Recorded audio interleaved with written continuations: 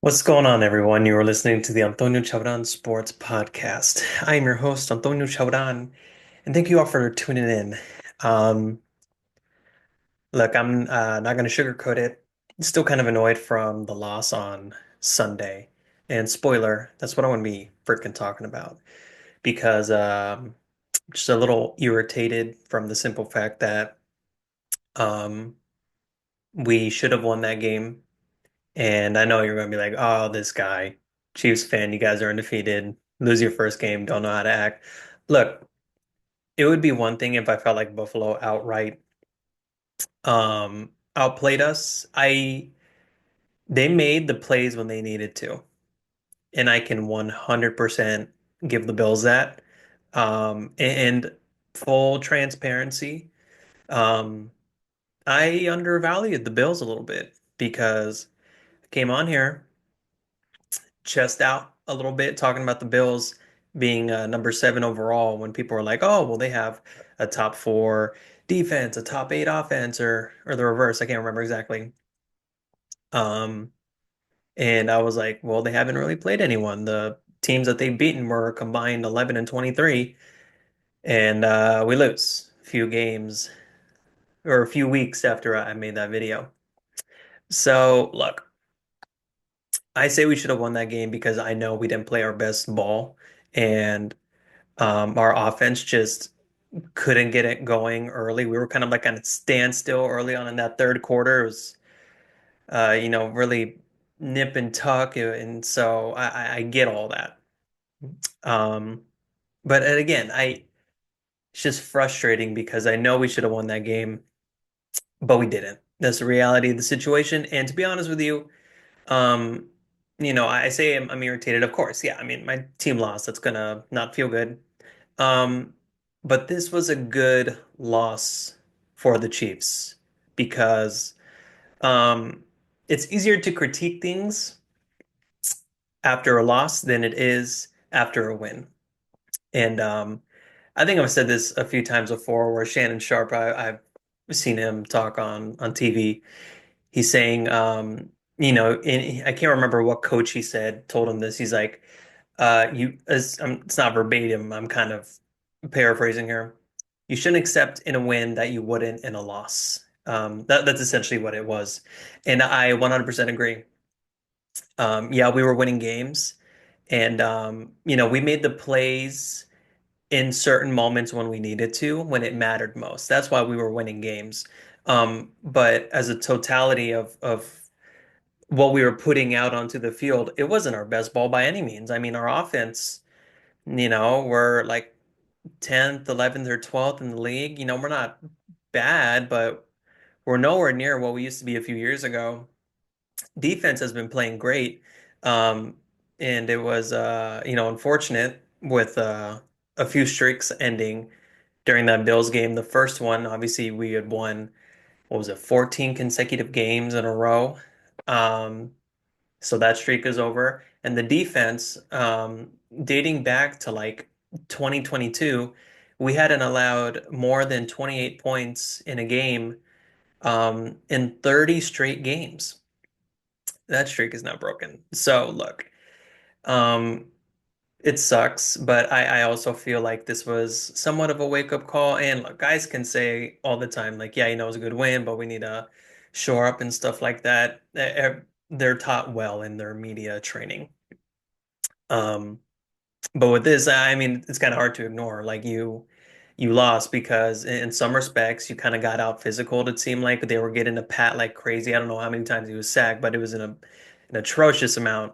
Um, just no pass protection or not. Yeah, no protection for Pat.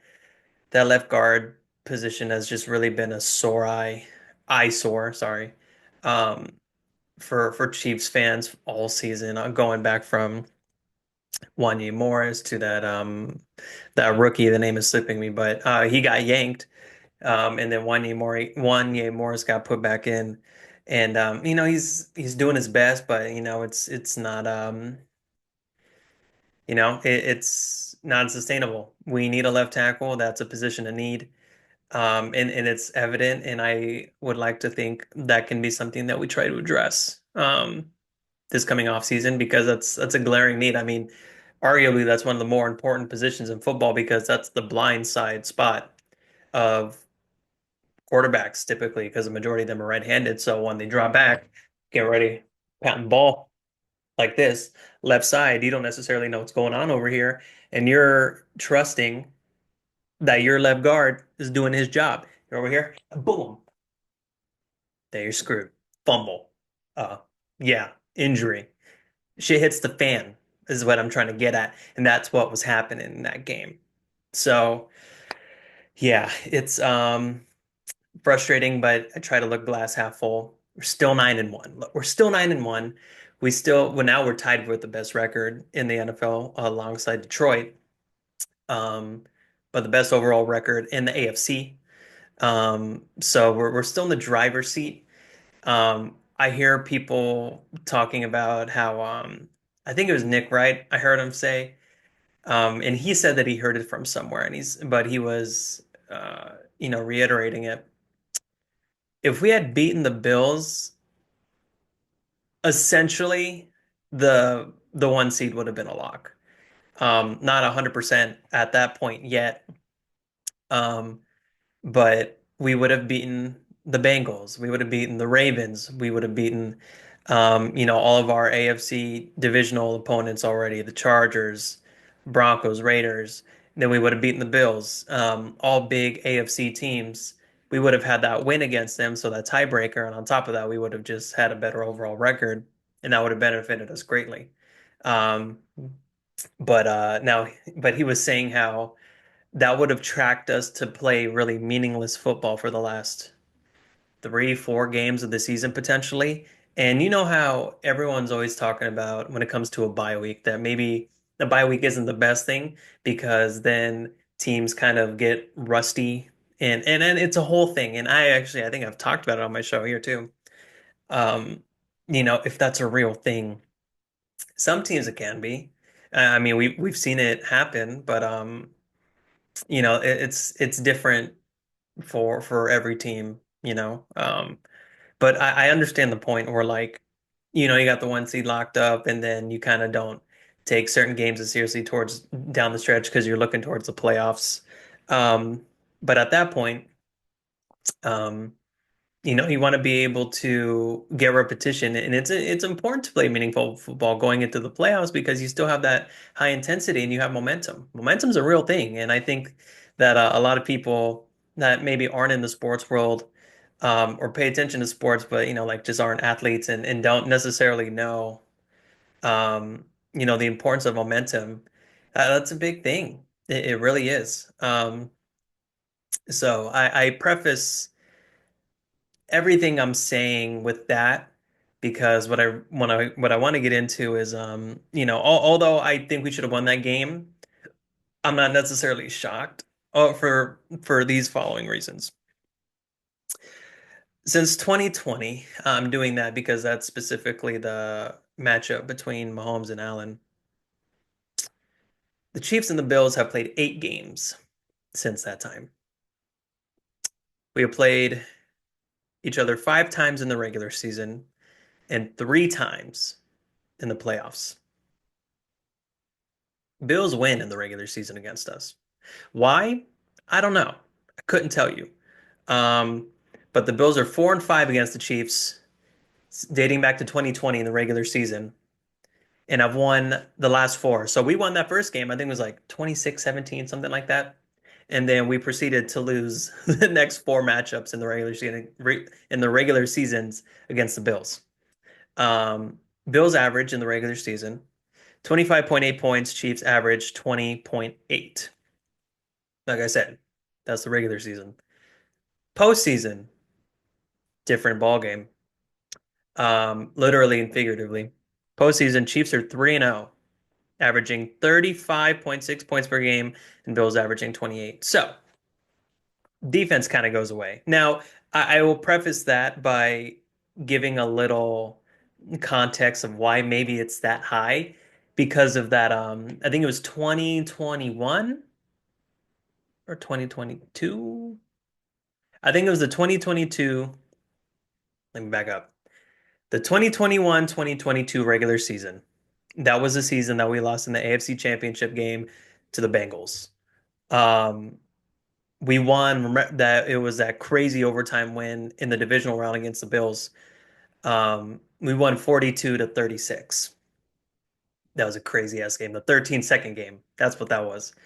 Um, so because the other games where we matched up, we blew them out the first game we played them. It was 38-24. That was when we beat them. Um, was it the AFC Championship game? Yes, we beat them in the AFC Championship game. That was like that infamous picture by like Stephon Diggs. He's like, oh my God, like watching all the red and yellow confetti fall, acting like he was gonna, like that was gonna do something. I always find it, I think it's so corny when guys do that, like looking at the confetti of the opposing team because they know they're gonna get a picture out of it. Um, yeah, that really backfired. So didn't really do much except get kind of a cool photo from it. Um, but that was also the season that we lost to Tampa in the Super Bowl. That was a rough game. And it's funny, I can't remember who I think I was talking about it with Fran the other day because she's becoming quite the sports fan herself, which I of course love. But more so from a standpoint of just like feeling the pain and just like well, in particular, this was pain for her because she's a Ravens fan and they lost to the Steelers or this past weekend, 18-16. The Steelers look really good, by the way. Really good. And I'm kind of foreshadowing here, but I did my top 10 list first quarter of the season, halfway through, and then we're coming up on the third quarter of the season. Things are shaking up. Things are shaking up. That's all I want to say. Um, but so yeah, that pain was the main effect for her there, and I liked it. I like the fact that she felt that because I have felt pain. And I told her because she knew I was down bad when we lost in the Super Bowl to Tampa. And maybe I was even more down bad because we lost to the Bengals in the AFC Championship game. Just because I mean, obviously losing in the Super Bowl sucked, but there's not that much beef with Tampa. And even with Brady, I mean, Mahomes is two or it was 0-2 in the playoffs against Tom Brady, obviously losing in that AFC Championship game when he was still with the Patriots in the 2018-2019 season. That was a tough pill to swallow. We lost that game in overtime 37-31 when our defense was absolute trash. D Ford lining up offsides. I'm not gonna relive that because we are beyond that now and we've won 3 Super Bowls since then. I am very grateful. Still hurts though. Um, anyways, again, I was just telling her like I was out for a few weeks, like just mentally from that Tampa loss to the Cincy loss, like those things stuck with me. Um, and so yeah, I can't remember exactly where I was going with that. I just started. I don't remember where I was going with that point. I know I was going somewhere, but needless to say, um, we own the Bills in the postseason, not the regular season, but we own them when it matters because at the end of the day, yeah, it sucks to lose in these regular season games, but at the end of the day, um, what all that matters is that we win the games that matter, and those are obviously in the postseason. Um, I will say I do appreciate that we kind of broke the trend where every time we beat the Bills in the playoffs, we lost. We didn't win a Super Bowl because like I said, we beat the Bills in the AFC Championship game, then we lost to Tampa in the Super Bowl. Play them in the divisional round, lose to Cincinnati in the next round, and so beating the Bills last season in the divisional round after a missed field goal. They can't ever make their kicks against us. I've noticed even though they won on Sunday, I mean they missed an extra point, and that could have been a vital uh, point to get. I mean, I'd much rather be up 10 than 9, but me. Anyways, um, but yeah, we won that. Oh, I think I kind of I'm getting back to where I was talking about. So that overtime win, the 42-36 game was kind of an outlier, just with high scoring. We beat them the first time in 2020, 38-24, and then like I said, just last year we beat them 2017. So um, the games are close. I mean, it's always close against Buffalo because look, Josh Allen is a beast. He's playing out of his mind right now. He's like 18 touchdown passes, 23 total touchdowns. He has like five rushing touchdowns, and he's only thrown five interceptions. So, again, he's on fire right now. He has like over 2,400 yards throwing. I don't know how many rushing, but he has a couple hundred there too. So he's balling out, and I got to give him his flowers when it comes to the fact that a lot of people, including myself, didn't think this Bills team was going to be very competitive, and definitely not like what we've been seeing, um, especially because of all the pieces they lost. I know on the offensive side, they lost Stephon Diggs. That was a really big loss. I know people were saying, but we're starting to see it's kind of addition by subtraction. Because when you have a bona fide player like Diggs, you're inclined to just feed them the ball. And after a while, that can kind of get tiring and it can get predictable because if the defense on the opposing side knows you're trying to get the ball to that guy, they're not going to make it easy for you.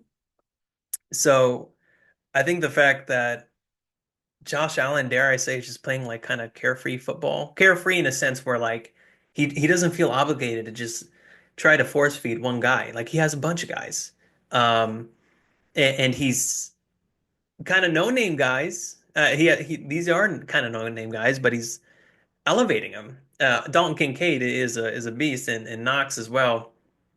He's a great player. But Kincaid, I know he didn't play this past game, which kind of annoys me even more because they were missing some pieces on their offensive side where we didn't exploit that defensively. But it's neither here nor there. Amari Cooper, obviously, that was a really big pickup in the before the trade deadline. So. Yeah, and defensively, I mean, they lost a bunch of guys too. And being able to kind of bounce back from that. Obviously, Sean McDermott being a defensive-minded coach and being there for what? He's been there in Buffalo for like what, 5 or 6 seasons? I mean, he's been on the hot seat like a few times only because he just hasn't produced in the playoffs. But hey, I mean, the coaching job he's been able to put on, for this season. Um, it's a big deal. I think again, a lot of people were counting Buffalo out and seeing where they are now. It's yeah. And so I haven't really taken a strong look at Buffalo's remaining schedule. I am kind of cheating here, looking in real time just to see because look, I know I give them a lot of crap for strength of schedule, or I guess lack thereof. But look, they beat the Chiefs, and you know, I gotta own it. I gotta put my money where my mouth is and say that they actually beat a good team now. So yeah, so they have the remaining uh teams on their schedule. They play the 49ers. So they this coming week is their bye week. This weekend that is. But they open up next weekend, December 1st, Sunday Night Football against the Niners. Then they play the Rams, the Lions. Ooh, that'll be a tough game. Patriots, Jets, and then Patriots again. Um, I think those first three games can be interesting. I mean, I think the Niners, they're 5-5. They lost a game against Seattle. Was it 20-17? A team that in Seattle has been kind of reeling. They started off 3-0 and then they've just been dropping the ball ever since. But then they play LA, and I said the Lions. So yeah, I mean those last three games, playing the Patriots twice and the Jets one time. I mean the Jets are an absolute joke. Um, yeah, I'd be interested to see how they play those first three games. I mean, if they could easily win out potentially. I mean, I think the only game where I can genuinely pick against the other team are probably the Lions. Um, but the Rams, I mean, they're so inconsistent. They're kind of hit or miss. So I don't necessarily know what to make of them. And again, with the Niners, like they should be a good team, but they've also had a few injuries here and there, but they're just not the same team like they were last year. So. Again, they're 5-5 and they're supposed to be a Super Bowl contender, and that's not materializing now, is it? So, yeah, I think they could easily finish with they could easily finish 14-3. Easily. So, we'll see though if they drop a game or two, and then that'll be interesting. But on the Chiefs side, I was talking about Mahomes or Allen and everything. Look, like I said, a loss, I think, right now in this moment in time is important. And I didn't even mention this too. I just think the whole chatter about um, going undefeated, being like the 72 Dolphins, like going undefeated, winning the Super Bowl. They'll tell you, the Chiefs, they'll tell you that they weren't thinking about that, blah, blah. Yeah, they were. Let's be honest. Like, if I were a Chiefs player, like the more and more you win, like deeper into the season, the more you're kind of like, oh shit, like we can replicate the 72 Dolphins here. Um, and I just think that just adds more pressure than what is already on the guys' shoulders. So a part of me is kind of like, kind of glad we lost this game because uh it makes them, I feel like, not that this team isn't accountable already. I mean, look, you got Andy Reid leading your team, Patrick Mahomes, Travis Kelce, Chris Jones. Those guys are leaders. They hold you accountable regardless. But I think again, when it comes to a loss, there's just a little bit more to it than winning by the skin of your teeth in some respects. So I say all that to say, yes, I'm annoyed. I know I kind of opened up kind of hot. I was like, this is BS, blah, blah, blah. I get it, yeah. But at the end of the day, um, you know, we lost and we got to move forward. But it's also not the end of the world because we're still 9-1. So, and I was looking at the schedule for the Chiefs as well. Um, we play all of our divisional opponents again one more time. So Broncos, Raiders, and Chargers. We play the Panthers this coming weekend. Man, I hope we put up like 40 on these fools, man. Like seriously, that's the thing why I love it. Like with Detroit, for example, they beat the hell out of teams, man. They beat Jacksonville like 52-6 last Sunday. I'm like, are you kidding me? I would love for the Chiefs to do that to an inferior team, but we don't. Anyways, I said this, like, I think I said this in another video as well, like kind of recently. So look, I'll take the win. I get it, but at the same time, like, you know, it'd be nice to hang 40 on someone. But yeah, and so yeah, so we played the Panthers, and then the three divisional games, we played the Texans and we played the Steelers. So just looking down the line, I mean, and I think I'm missing one other team too, because I know our next two games for sure, Panthers and the Raiders, because I know we put the Raiders on what's it called? Black Friday. Hey, I'll take that win. I mean, yeah, the Raiders suck. Browns, that was the other team. So we finish out Panthers, Raiders, Chargers, Browns, Texans, Steelers. And then we finish the regular season at Mile High against the Denver Broncos. So, I mean, I'm looking at our schedule. Panthers win, Raiders win, Chargers. Hold up, wait a minute. Chargers are actually kind of turning a corner here. They're 7-3 now. And John Harbaugh's turning it around. They've won four straight. Beat the Saints, Browns, Titans, Bengals. I will be very interested to see how they look against the Ravens because I don't know what that will say. I don't know if that will say more about the Chargers or more about the Ravens because the Ravens losing the way they did against the Steelers. Now look, the Steelers look great this season. But the Ravens sitting at 7-4, Chargers at 7-3. I mean, that's a big game, man. Because again, they'll essentially be tied in record, but whoever wins is going to have the tiebreaker. It'll be very, very interesting. Because neither of them are leading in their division, right? And you got the NFC North, or AFC North, you got the Steelers leading that division. Then obviously the AFC West, you got the Chiefs leading the division. So jockeying for those 5, 6, and 7 wild card seeds are going to be crucial. I think we could potentially lose that game if I'm being 100% honest. I mean, I don't think we'll win. If we were to win, it would it's never uh by a good margin. It's always very slim. They're always close wins. So, the Browns, they have a good defense, but again, they're 2-8. I we should win that game. Texans, I mean, they blew out the Cowboys. It took them a little bit, but they eventually did. But the Cowboys are just atrocious. They're a joke too. Um, Steelers and Broncos. I mean, I'm not going to go out here and predict like everyone's records right now. We still got 7 more games to go. A lot can happen. But I'd be remiss if I didn't mention that we're getting some guys back from injury. I mean, we're getting Pacheco back. I think he may be back for Carolina, if I recall correctly. If not, definitely that Raider game on Black Friday.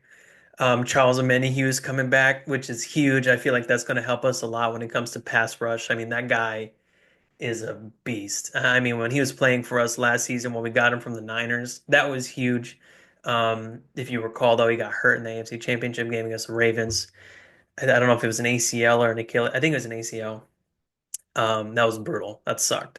So, that's just extra reinforcement on that D line for us to get pressure on the quarterback. So that's going to be huge for us, keeping just another wrinkle to our great defense. Hollywood Brown, I've been seeing on social media on Instagram, he's alluding to coming back soon.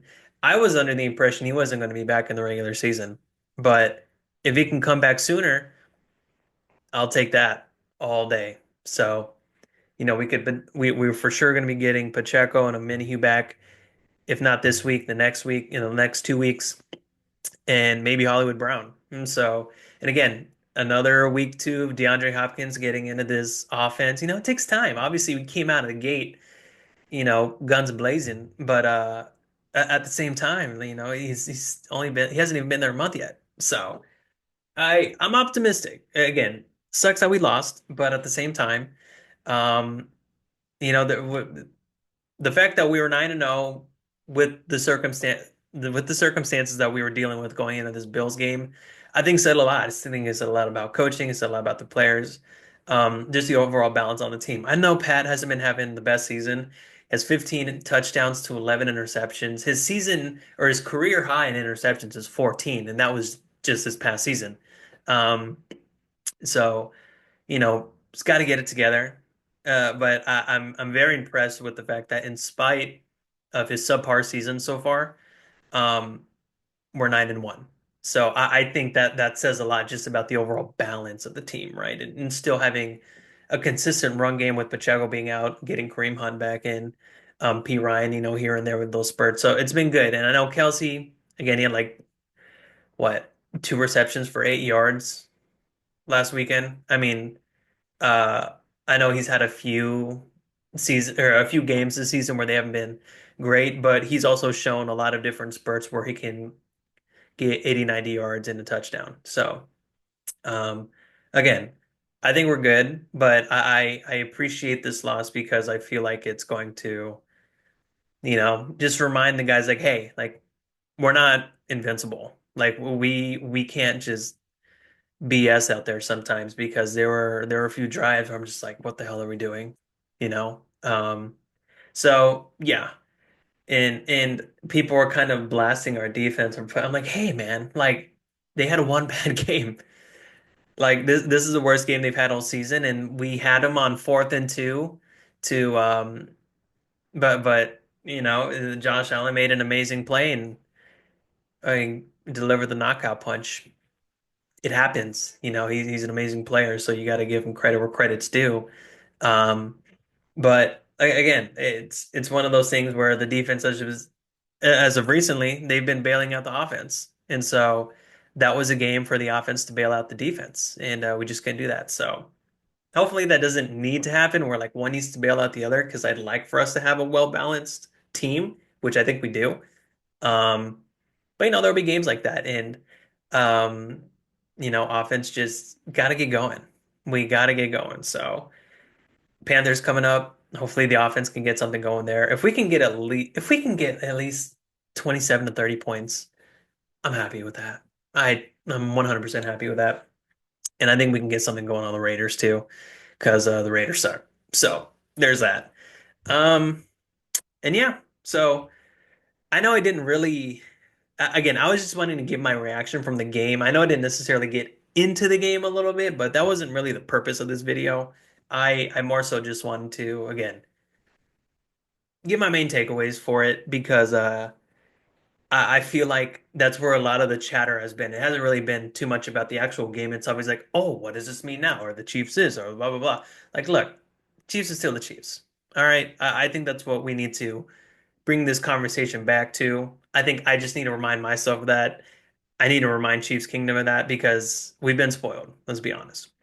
We won 14 straight games, held defense and held opposing offenses to 28 or less points um, in 30 straight games. So like, come on. So and I feel like I gotta remind some of the haters too. Like, yeah, we lost the game. Sorry. Oh, now we're 9-1. All right. So uh, definitely room for improvement. Absolutely. But reinforcements are coming at the same time, and I think that's a really big thing that we just need to drive home here. Like, yeah, we've been winning, but we've been injured more than usual. Um, and we've been winning ugly games, but at the end of the day, wins are wins. Um, but I'm happy that we lost this game because I just feel like it took off some unnecessary pressure and we'll be able to move forward and improve on it. So I will leave it at that. Thank you all for listening, and I'll catch you all next time. Peace.